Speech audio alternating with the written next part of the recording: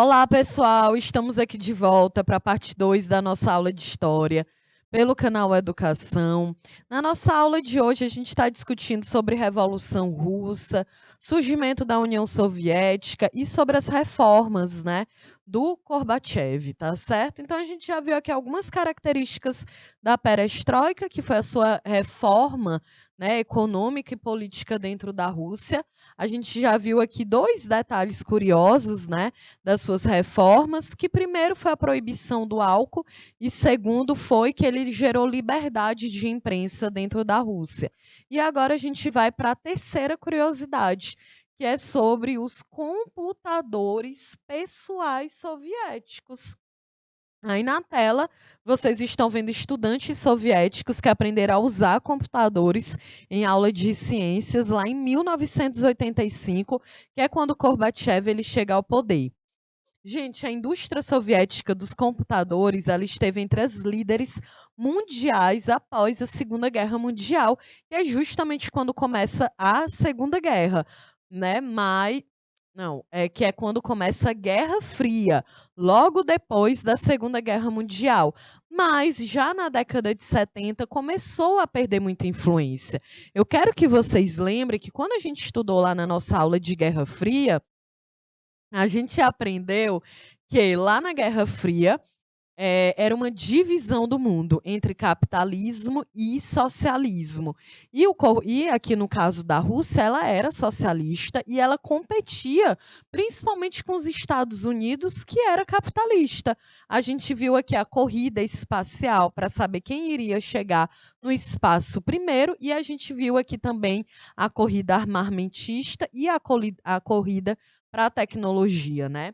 Então, nós temos aqui a Rússia, ela era uma referência em tecnologia até ali da década de 1945 até a década de 70, né? Depois, gente, os Estados Unidos conseguem se firmar enquanto uma potência e a tendência aqui da Rússia foi só ir caindo, tá certo?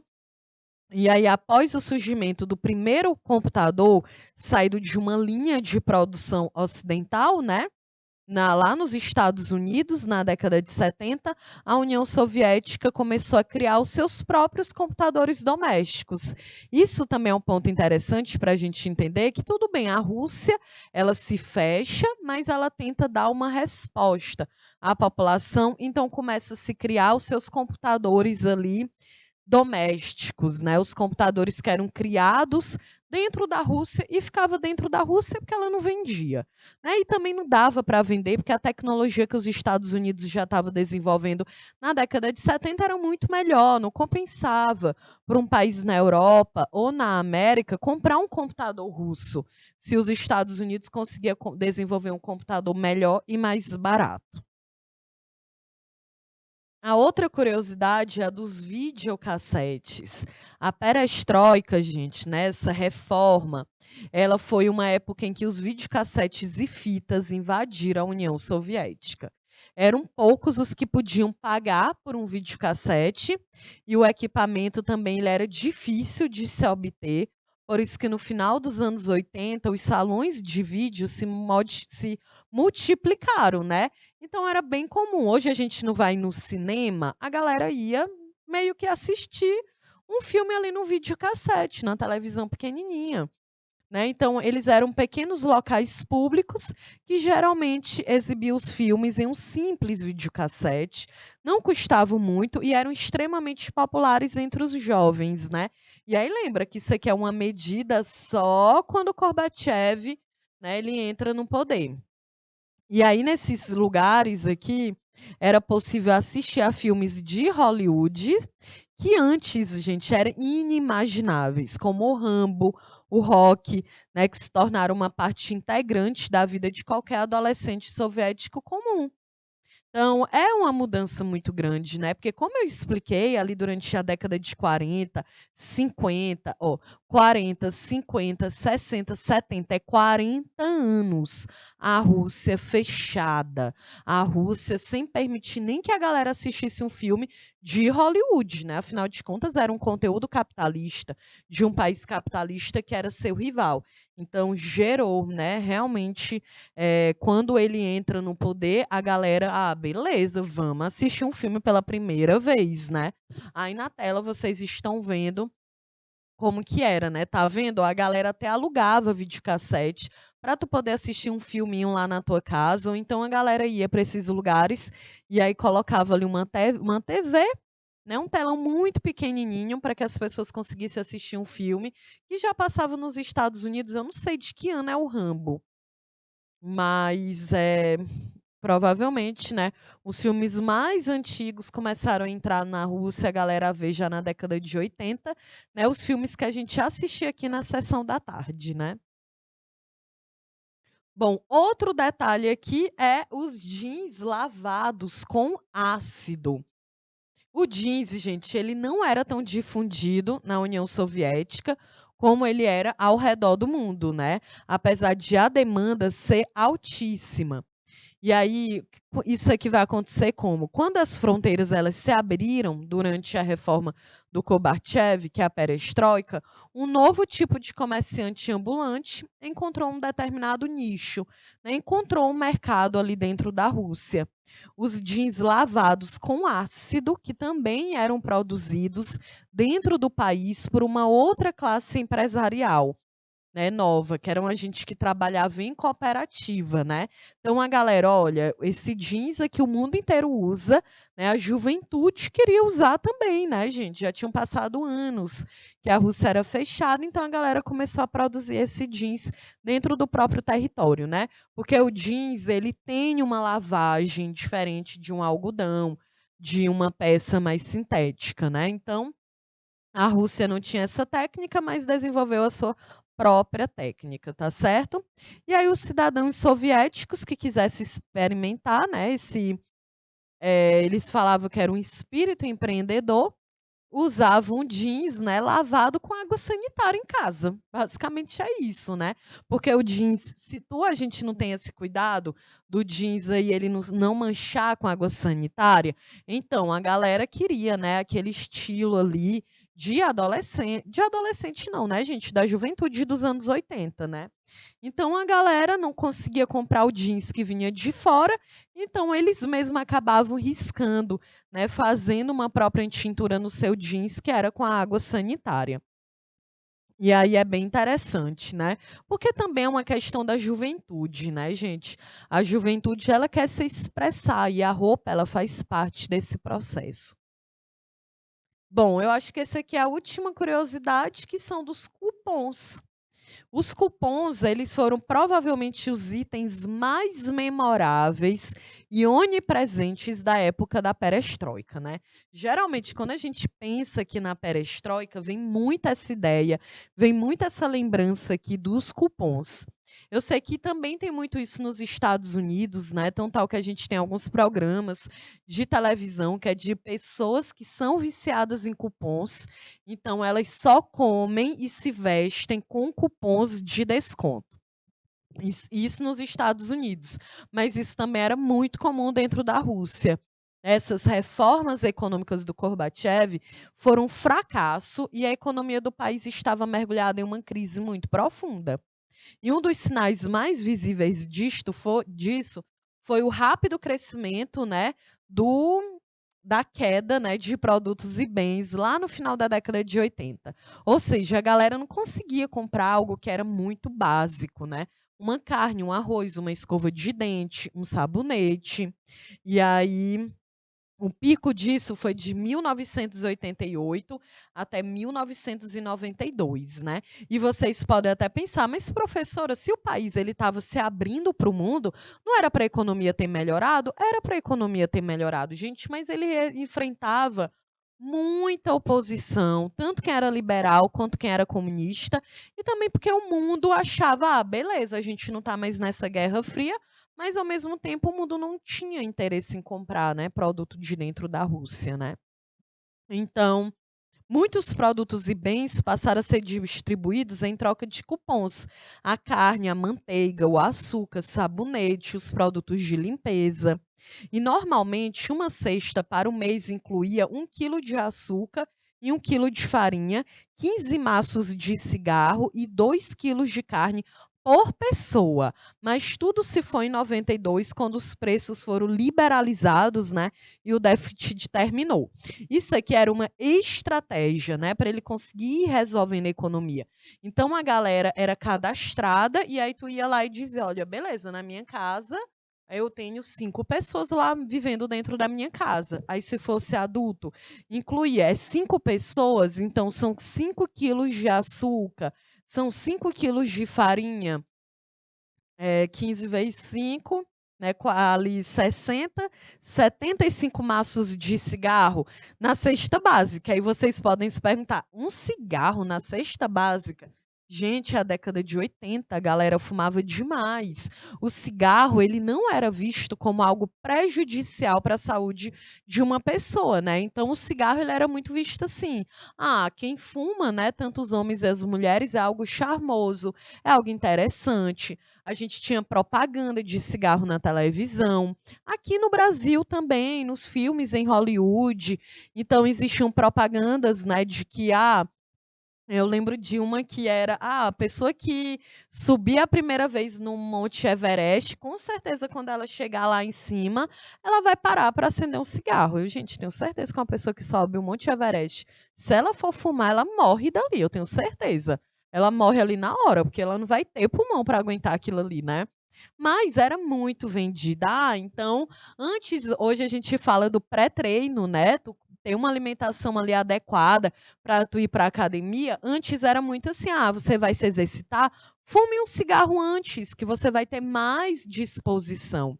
Então, o cigarro, ele não era entendido como algo prejudicial, era algo básico da cesta básica. Então, era 15 maços de cigarro e 2 quilos de carne por pessoa. Muito, né, gente?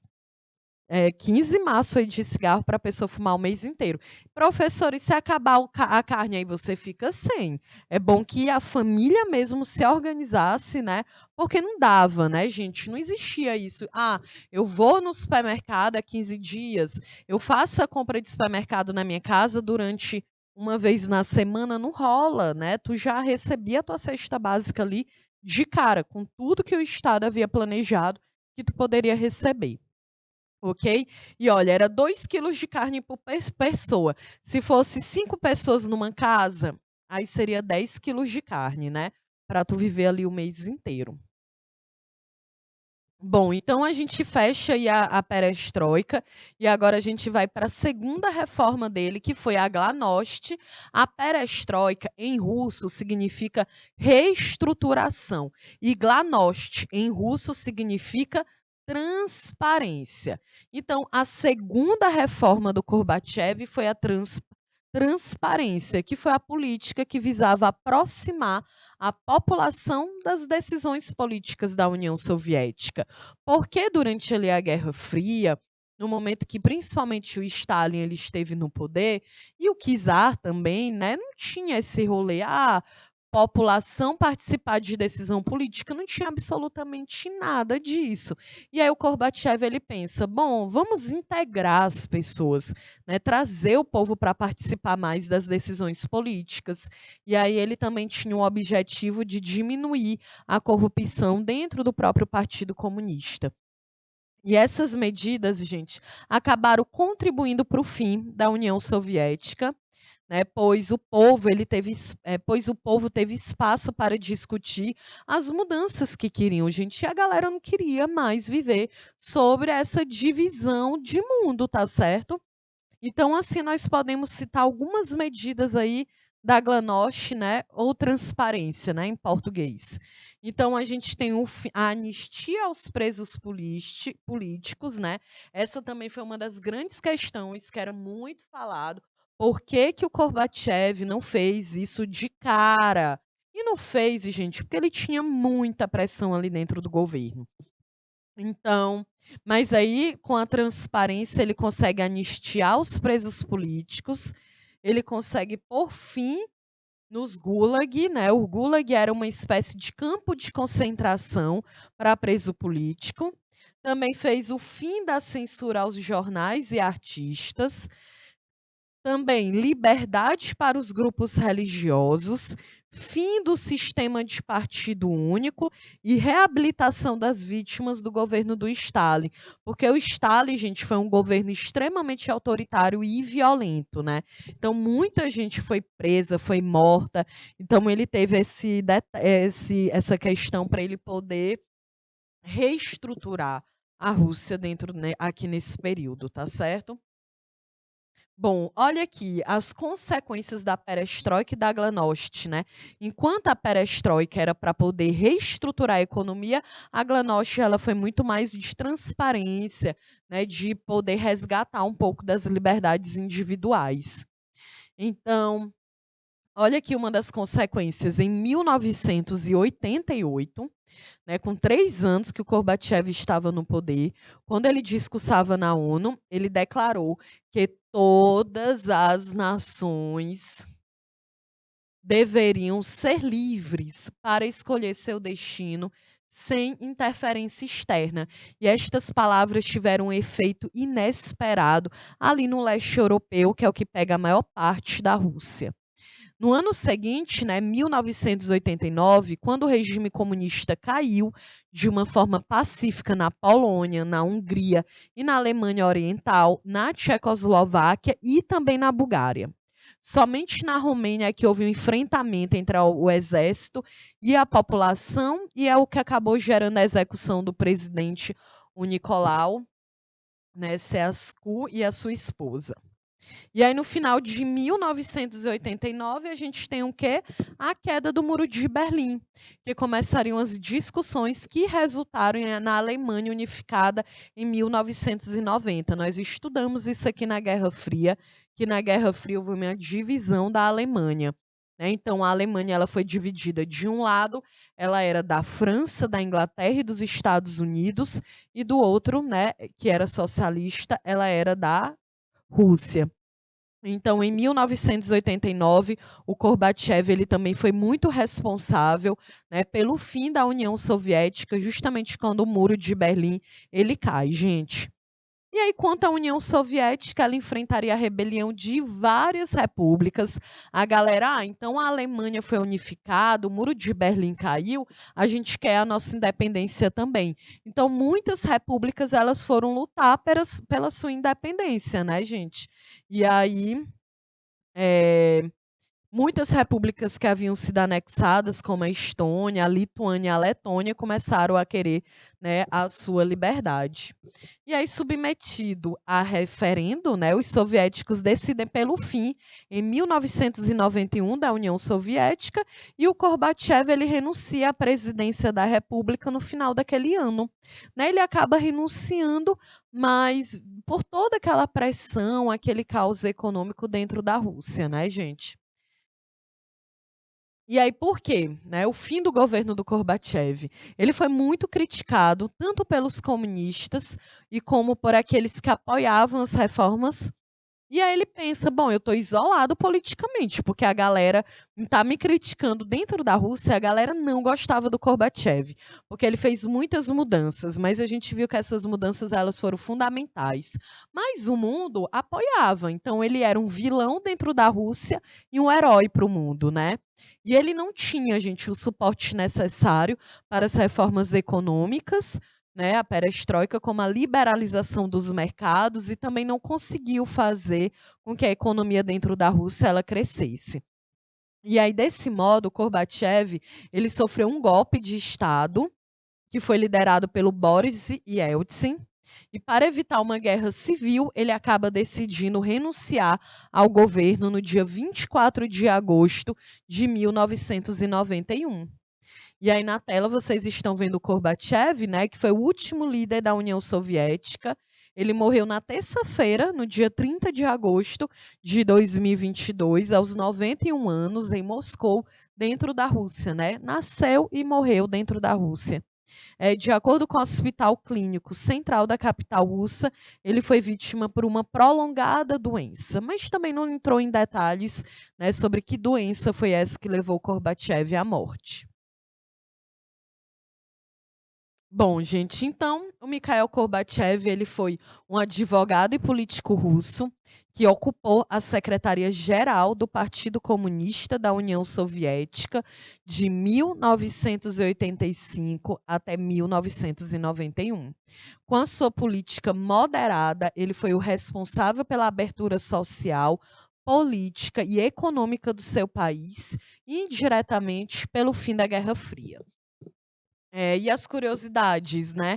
Ele recebeu o Prêmio Nobel da Paz em 1990, devido aos seus esforços em acabar com as armas nucleares. Ele também criou a Fundação Mikhail Gorbachev em 1992 e a Cruz Verde Internacional em 1993.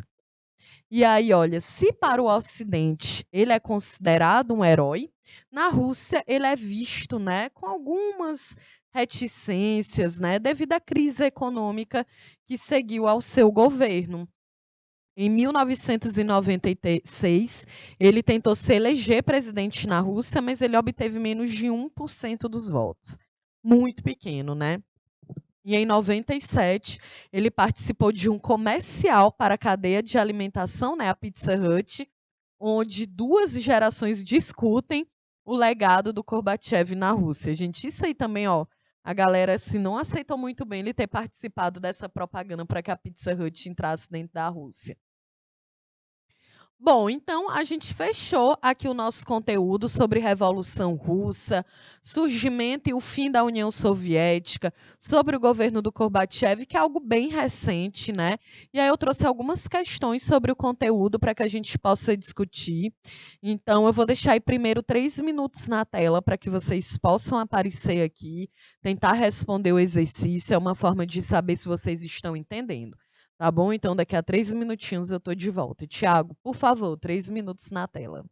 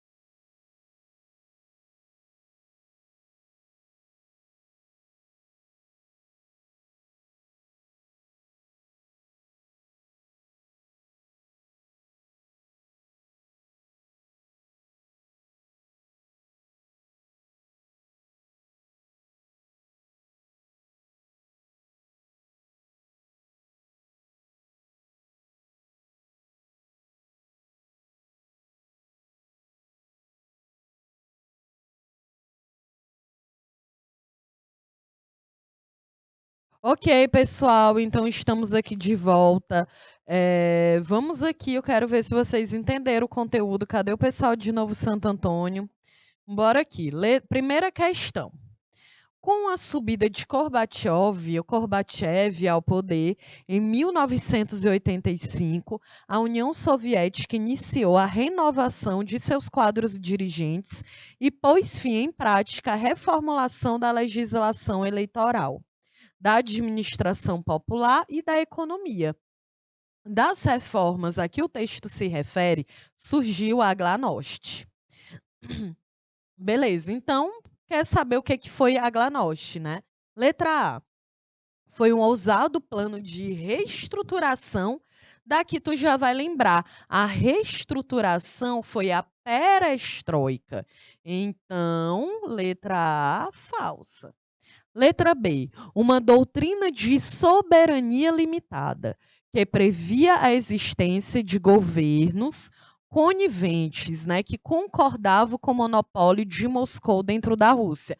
Também falso, porque o Gorbachev ele era contra a ideia da soberania, de que o povo fosse dominado por um governo. Então, falso. Letra C, uma política de abertura traduzida na campanha contra a corrupção e a ineficácia administrativa.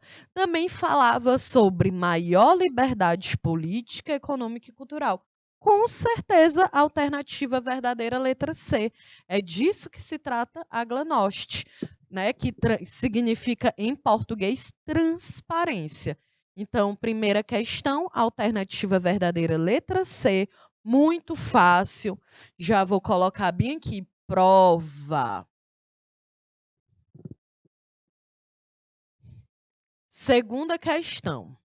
Em 1991, a Guerra Civil na República Federativa da Iugoslávia iniciou-se com alguns conflitos na Croácia e na Eslovênia, né? Tudo isso aí é no leste europeu. Em 1992, as lutas ocorreram na Bósnia-Herzegovina, estendendo-se até dezembro de 1995. Bom, recentemente, elas atingiram a província de Kosovo, na República Sérvia. Para a ocorrência de todos esses conflitos, o que foi que contribuiu? Letra A, colapso dos regimes socialistas no leste europeu. Tá na cara, né, gente? Olha os países aqui, essa galera inteira que eu estou circulando era uma república soviética, socialista. Se a União Soviética quebra em 1990, 1991, é claro que esses regimes socialistas ao redor ali no leste europeu também vão ser quebrados, né, gente? E aí, na Sérvia, por exemplo, vai surgir muitos conflitos ali dentro do leste europeu, conflito étnico, conflito cultural e religioso, porque a galera estavam vivendo dentro de um sistema que estavam acomodados, né? E aí depois esse sistema ele quebra e a União Soviética durou mais de 40 anos. Então, na verdade, ela é de 1917 até 1991, 90, 80 anos, gente. Então, aqui, ó, com certeza a alternativa verdadeira, letra A. A União Soviética rompe e aí vários conflitos vão começar a surgir no leste europeu. E é muito fácil da gente compreender isso, porque olha, a Rússia é o maior país do mundo. Ela pega uma parte do leste europeu e também da Ásia. Então, a Rússia, a galera não fala russo na Ásia inteira. A galera não tem a mesma religião na Rússia inteira, né? É muito comum a galera que vive dentro da Rússia, mas no leste europeu, nem muitos não têm religião. Em compensação, quem está ali na Ásia, né, na Ásia Menor, são extremamente religiosos. Então, claro, né, que quando a União Soviética, as 15 repúblicas, elas rompem, vão surgir muitos conflitos. Então, com certeza que a alternativa A, porque está te dizendo que vai ter um colapso desses regimes e que a galera vai brigar por questão étnica, por questão religiosa e cultural. Então, a alternativa verdadeira, letra A. Terceira questão. Em 1989, o líder soviético Mikhail Gorbachev visita a ilha de Cuba. Nos tempos da perestroika, o presidente russo tem como meta, quando você vê uma questão falando nos tempos da perestroika, porque foi as primeiras medidas dele, e ele fala, olha, nós estamos vivendo um momento de perestroika. Imagina ele falando isso tudo em russo, né? Porque a perestroika significa em português reestruturação.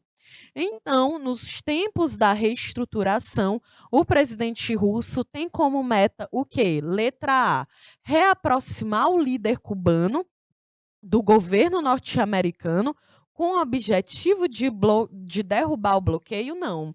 A gente ainda vai falar sobre isso aqui, mas, gente, falso. Ele não vai lá para dizer, ô Rússia, ô Cuba, por favor, vire melhor amiga dos Estados Unidos, né? Falso.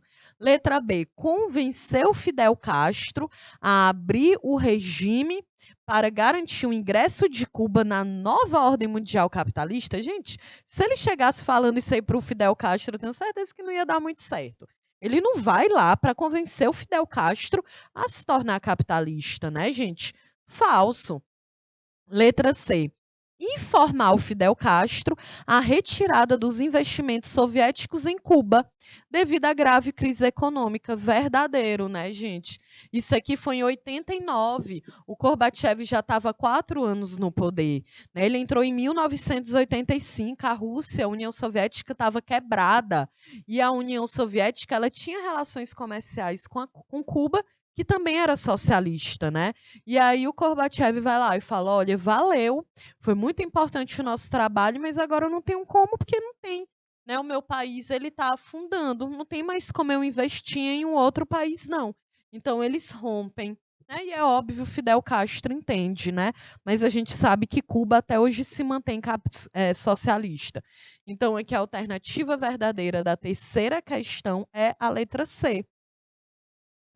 Agora eu vou deixar aí mais 2 minutinhos na tela para que vocês possam responder, tá bom? Tiago, 2 minutos, por favor.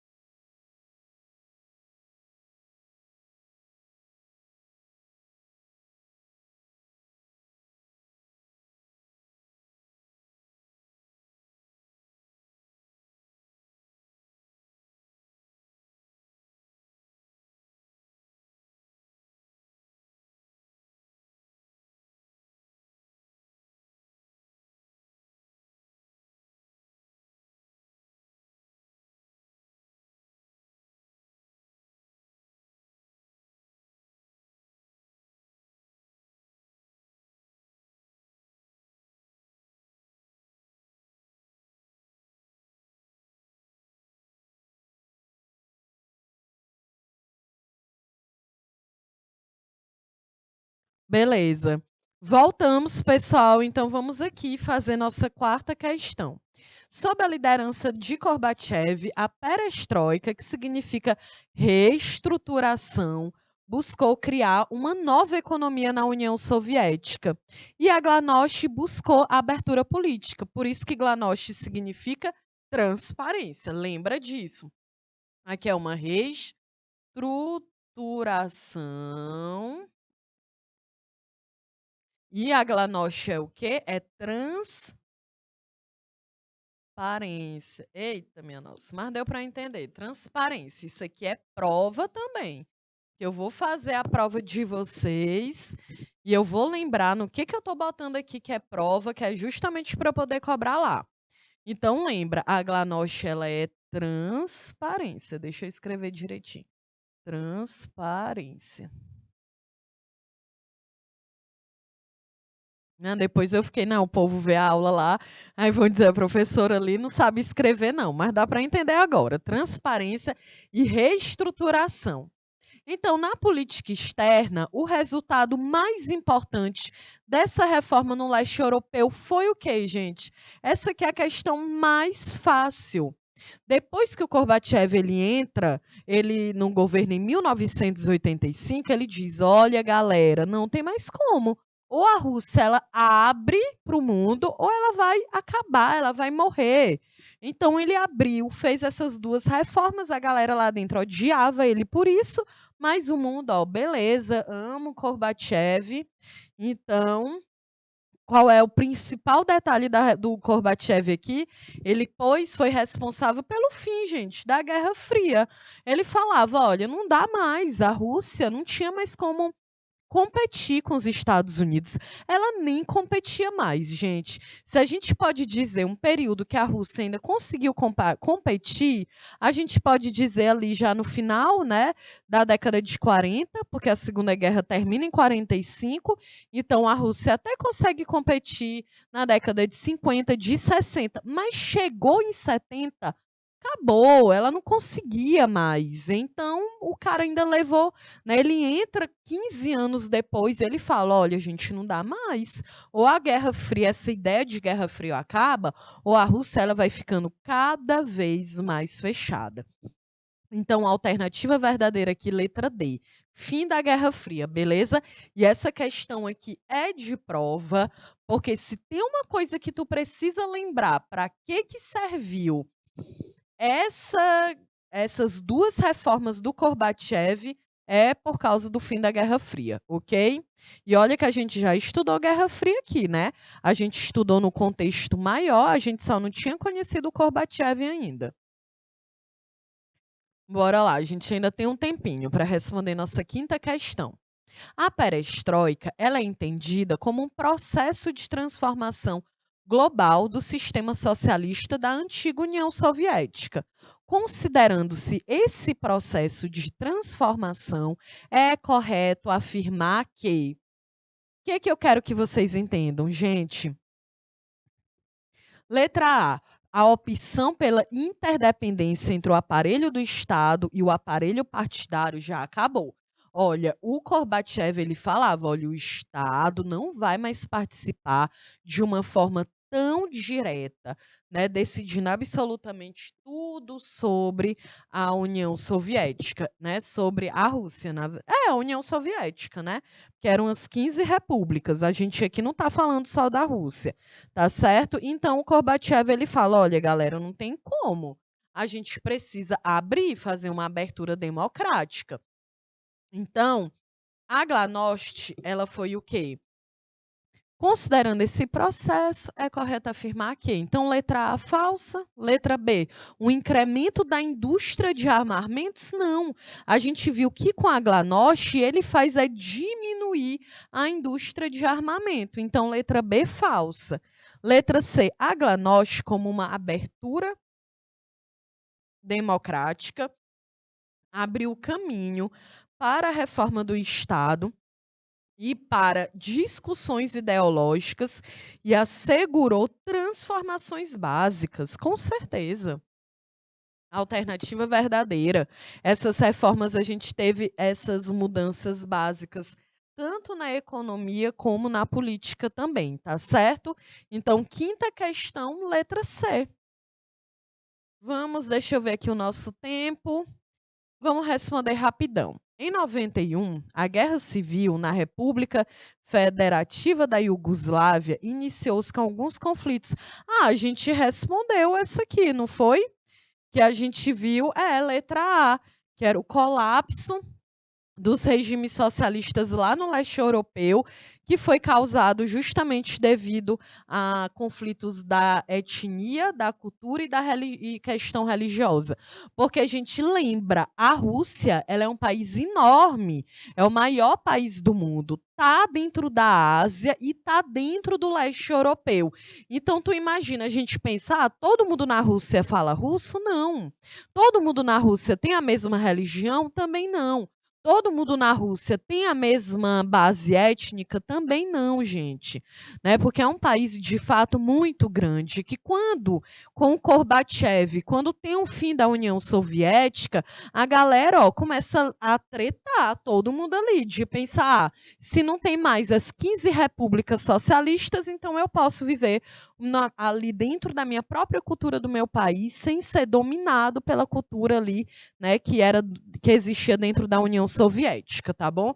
Então, quando a Guerra Fria cai o Muro de Berlim, o Gorbachev fala, olha, beleza, não se sustenta mais a União Soviética, ela quebra em 1991 e os países as 15 repúblicas soviéticas, que antes faziam parte da URSS, não fazem mais.